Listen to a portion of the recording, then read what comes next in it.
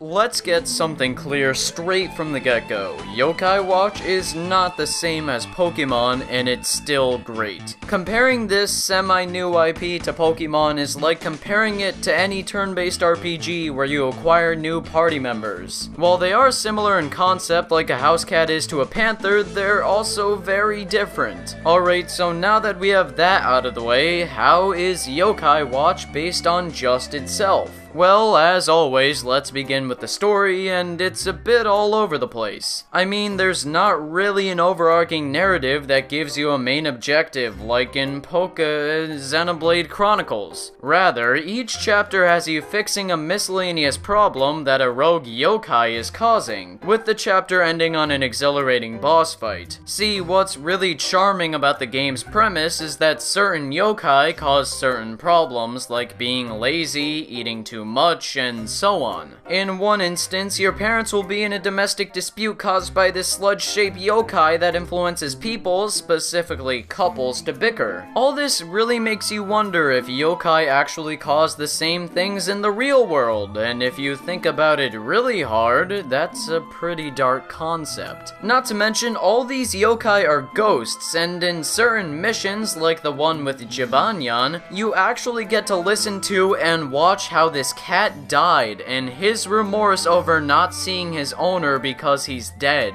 For such a happy-looking game, it sure does have some really sad undertones, which is perfectly fine because it makes the narrative a bit more compelling. In fact, there's actual character development for the various yokai you meet, even if it is just for a couple minutes. Each yokai has some distinct personality trait, sometimes entertaining voice acting, and their own personal story. It adds to the atmosphere and creates a living world you can fully immerse yourself into. Plus, the writing is lighthearted and managed to get a chuckle out of me at times. As for the presentation, it's wonderful. All the assets look polished and stylized in a unique way, which only serves to make the game more interesting. The cities are especially intricate in design, and while not as visually interesting as something in a fantasy setting, they provide a sense of familiarity in this wacky world. I especially love the sort of cartoonish art style, as it gives the whole yokai universe a tremendous amount of charm and personality. Character models are also charismatic, with the human characters being designed more like something out of an anime. Maybe it's because the game is an anime in Japan, but I digress. The yokai themselves are also oozing with character in design.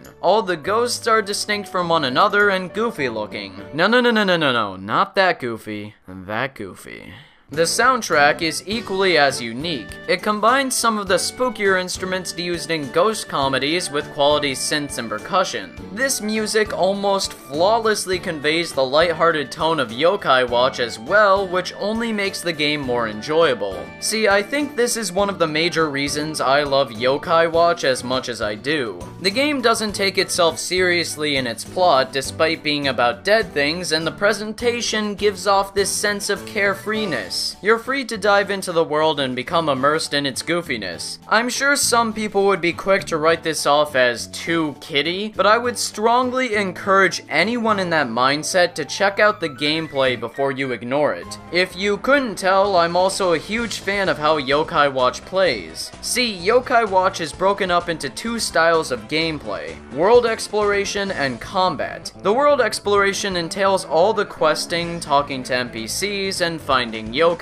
Like I said before, I thoroughly enjoyed all the questing you do in this world. The story and dialogue are compelling enough to keep me interested in fighting yokai and solving people's problems. Most of the quests are the standard run-of-the-mill tasks of taking down baddies, delivering something to someone, or just talking to someone. However, the real meat of traversing the world boils down to finding other yokai. Essentially, you have this yokai watch that tells you if there are any yokai nearby. So if the watch glows red, you can inspect the area using your yokai lens to see if there are any creatures there. If there are, you have to hover your lens over them, and thus initiates the combat portion of the game. Unlike traditional turn-based RPGs, you don't directly attack enemies. Instead, the yokai attack automatically, which I found a tad frustrating at first, but I got used to it over time. Despite this, you can still give your yokai items to heal or raise their stats, or give other enemy yokai items to increase the likelihood of befriending them and getting even more yokai. But to do that, you do have to murder them first, so to speed up that process, you can do some special attacks that utilize the touchscreen.